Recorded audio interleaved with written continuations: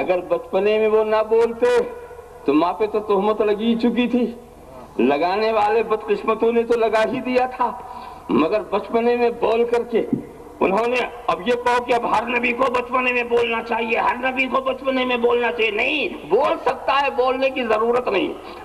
بول سکتا ہے، بولنے کی ضرورت نہیں ہے. اللہم صلی علی سیدنا محمد. دیکھو، اسی لیے حضرت عیسیٰ کے ساتھ بڑا اہتمام تھا. ہر وقت حضرت جبریل ساتھ ساتھ، وَأَيَّدْنَاهُ بِرُوحِ الْقُدُسِ، میں روح قدس کی برابر ان سے تائید کر رہا ہوں. ہر وقت ساتھ ساتھ، ہر وقت ساتھ ساتھ، تاکہ ذہن بہکنے نہ پائے. مگر اللہ کے رسول کی شان دیکھو، نہ انہیں مردے کو زندہ کرنا ہے، نہ انہیں اندھے کو اختیارہ کرنا. یہ سب کچھ کوئی دعویٰ لے کر نہیں آئے، قدرت سب لے آئے، اختیار سب لے کر آئے، دعویٰ کچھ لے کر نہیں آئے. ضرورت نہیں، کسی چیز کی ضرورت نہیں. کسی نے اگر کوئی مطالبہ کیا تو چھڑک دیا کہ تمہارا مطالبہ غلط ہے. سبحان اللہ. دیکھا آپ نے؟ آپ خیال کریں، یہاں پہ یہاں ضرورت نہیں. یہ رسول کی نبوت کی قوت کی دلیل ہے، بے شک رسالت کے مقام کی رفعت کی دلیل ہے کہ انہیں کسی ثبوت کی ضرورت نہیں ہے. اسی لیے واقعی آپ دیکھیں، معجزہ دیکھ دیکھ کر ان کو مانا، وہاں تو جب معجزہ دیکھا تو مانا. حضرت موسیٰ کا ڈنڈا نہ ہوتا تو یہ یہودی مانتے؟ وہاں معجزہ دیکھا تو مانا. حضرت عیسیٰ کو بولتا ہوا نہ دیکھتے تو یہ مانتے؟ وہاں معجزہ بولو. حضرت خدیجۃ الکبریٰ نے کون سا معجزہ دیکھا؟ حضرت علی نے کون سا معجزہ دیکھا؟ حضرت ابوبکر نے کون سا معجزہ دیکھا؟ قریب والوں نے کون سا معجزہ دیکھا؟ بس صرف دیکھا تو چہرہ مصطفیٰ دیکھا، نبی کا کردار دیکھا. رسالت فیضان مخدوم اشرف حضور شیخ الاسلام. سبحان اللہ، سبحان اللہ، ماشاء اللہ، سبحان اللہ، سبحان اللہ. اور ایک بات اور بتاؤں، معجزے کا مطالبہ ہمیشہ قوم نے کیا تو نبی سے بھی کیا. وہاں تو خدا نے ہر نبی سے معجزہ دکھوا بھی دیا. اور یہاں جب معجزے کا مطالبہ ہوا، سرکار چاہتے تو سب کچھ کرتے مگر دکھایا نہیں. سرکار نے ہمیشہ عقل کو خطاب کیا، دانائی کو خطاب کیا. سرکار کا پیغام قیامت تک کے لیے تھا. بے شک. تو اگر معجزہ دکھا دکھا کے منوانے والی بات ہوتی تو کون آ کے منواتا؟ کیا بات ہے. جن کو اپنی زندگی تک معاملہ تھا، ضرورت تھی کہ معجزہ وہ دکھا دکھا کے اپنے کو منواتے رہیں. دوسرا آئے گا، دوسرا دکھائے گا، تیسرا آئے گا، تیسرا دکھائے گا.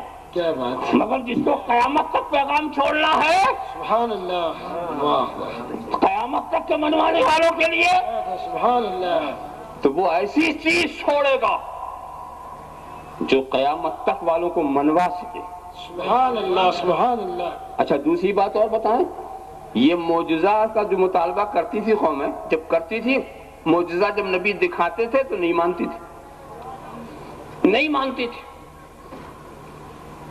سنت الہیہ پھر کیا ہوئی کہ جب کسی قوم نے نبی سے معجزے کا مطالبہ کیا اور نبی نے دکھا دیا اور اس نے پھر وہ نہیں مانی تو اس پر خدا کا عذاب آ گیا. ایسی قوم کو خدا پھر نہیں چھوڑے گا کہ اتنی سچی بات واضح ہو گئی پھر بھی نہیں مانتی. اب گویا اس میں ماننے کی صلاحیت ہی نہیں. بے شک. اب یہ ظاہر کر دیا خدا نے، عذاب سے پہلے اتمام حجت ہو گیا. اب معجزہ دیکھ کے بھی نہیں مانا تو اب ظاہر ہو گیا کہ اب اس کے اندر ماننے کی صلاحیت ہی نہیں، اس کو فنا کر دو. یہ تھی سنت الہیہ. اب بولو، نبی سے اگر ہمارا قوم، اس وقت بھی کچھ قوم تھی جو نبی سے معجزے کی طالب تھی، نبی نے معجزہ نہیں دکھایا، نہیں دکھایا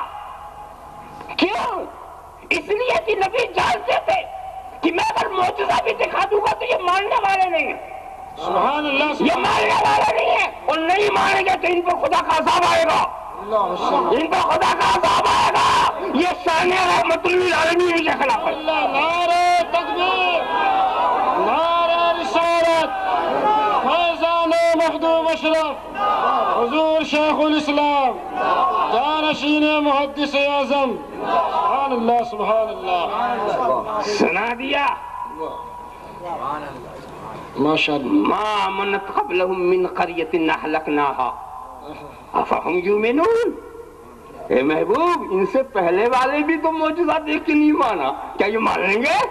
کیا بات ہے، پہلے والوں نے بھی تو نہیں مانا ہے، کیا یہ مان لیں گے؟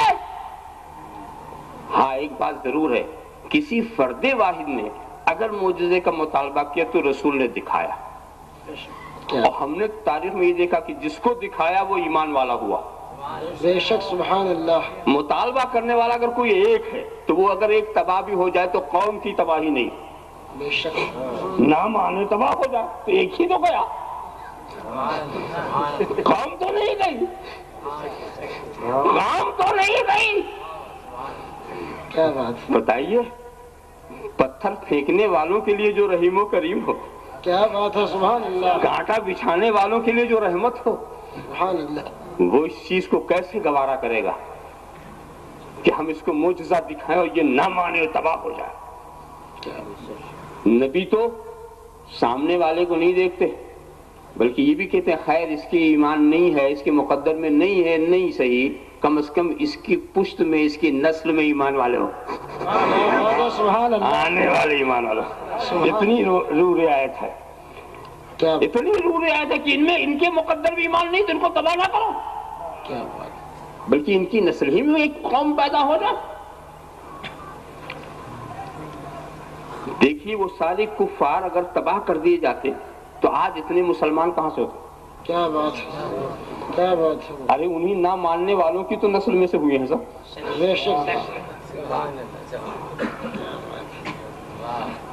سب عرب سے تو نہیں آئے نا، سادات و شیوخ کے سوا بقیہ تو سب یہیں سے ہیں نا، بے شک سبحان اللہ، اور وہ سب نہ ماننے والے ہی تو تھے، سبحان اللہ، سب نہ ماننے والے تھے اور انہی کی نسل میں ماننے والے ہو گئے۔ کیا بات، اب سب کو تباہ کر دیا جاتا تو یہ ماننے والے کہاں سے ملتے؟ کیا بات ہے، تو اب آپ دیکھیں کچھ لوگوں نے، میں ایک مثال بتاؤں، ابو جہل بڑا پریشان تھا کہ اسلام کا زور بڑھتا ہی چلا جا رہا، اور جتنا ہی پریشان ہے اتنا ہی ترقی ہو رہی، سبحان اللہ، تو وہ عرب کی خطابت تو بہت مشہور تھی، تو یمن میں ایک بہت ہی زبردست خطیب تھے، ان کا نام حبیب تھا، وہ ابو جہل کا دوست، تو ابو جہل نے اپنے دوست کو بلایا، اب بلا کر کے سوچا کہ اپنی خطابت کو وہ جوہر دکھائے، اور جو اسلام میں بڑھتے ہوئے لوگ جا رہے اس کو روکے۔ خیر حبیب آئے تو ابو جہل نے بتایا کہ بھی ایک شخص نے نبوت کا دعویٰ کیا ہے، یہ ہے وہ ہے، اور اس کی تعداد بڑھتی ہی چلی جا رہی، تم کوئی تدبیر کرو۔ تو حبیب نے کہا کہ جب میں ان سے بات تو کر لوں، تو ابو جہل کا دغدغہ دل میں پیدا ہو، کہیں یہ بھی نہ ہو جائے، کہیں یہ بھی ادھر نہ ہو جائے۔ بات اتنی معقول تھی کہ وہ کہہ بھی نہیں سکتا تھا کہ بات نہ کرو۔